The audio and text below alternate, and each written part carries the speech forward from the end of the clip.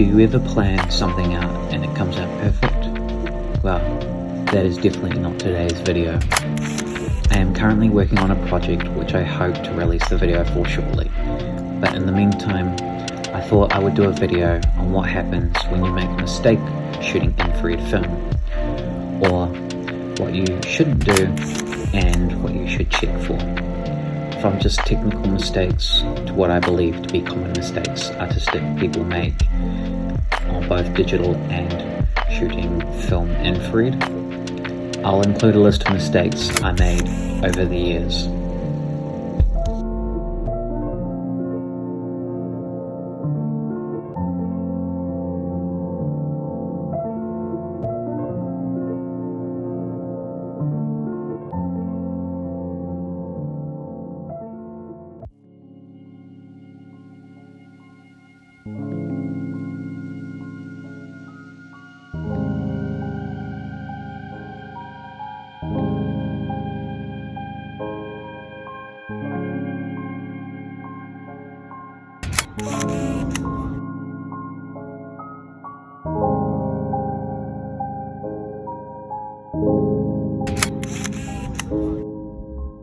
So while shooting for a project I'm yet to release, I made the fatal flaw of forgetting I was shooting infrared light.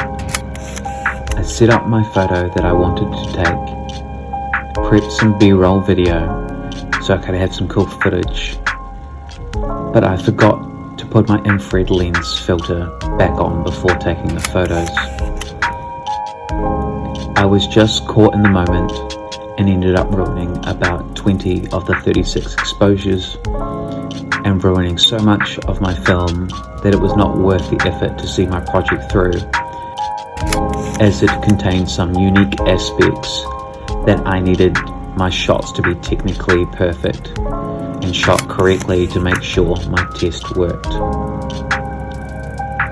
As I had never shot infrared film without a filter, I decided to shoot the rest of the film and take this into the store for mine and your amusement, so we could see what infrared film looks like when you forget the filter. When you shoot infrared light, it is much more weaker than normal light, so you have to expose for longer. Because I shoot without the filter, it became heavily overexposed.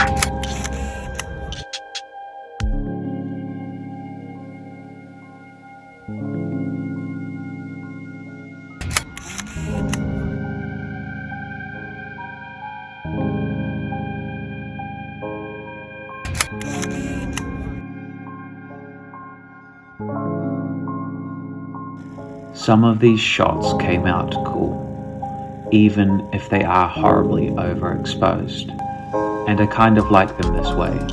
Through, I will attempt them again to see if I have reached these compositions' full potential.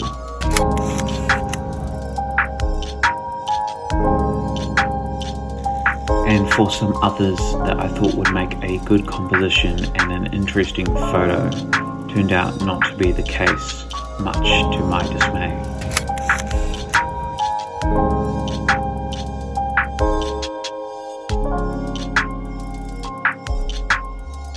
For some of the photos, I wanted to see what happens when you combine the look of kaleidoscope with infrared film, both of them being unworldly in their own unique way. Whilst for some of the overexposed photos show that this could work and would look quite cool, I decided that this was something not to muck around with on my second attempt of the project, as it was too much to focus on. But I think, as you can see by the photos, it would be a cool idea that I would like to explore in the future.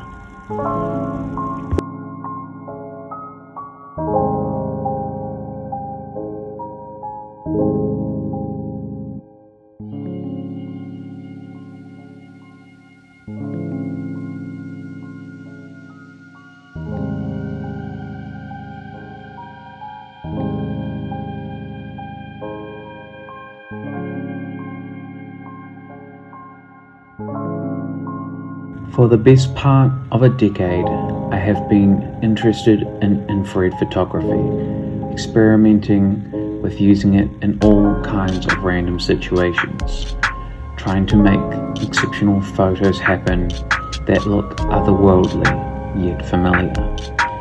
This experience has given me wisdom to know what will work and what most likely won't work, shooting infrared film and shooting in infrared light, and whether a shot is worth taking at all in infrared.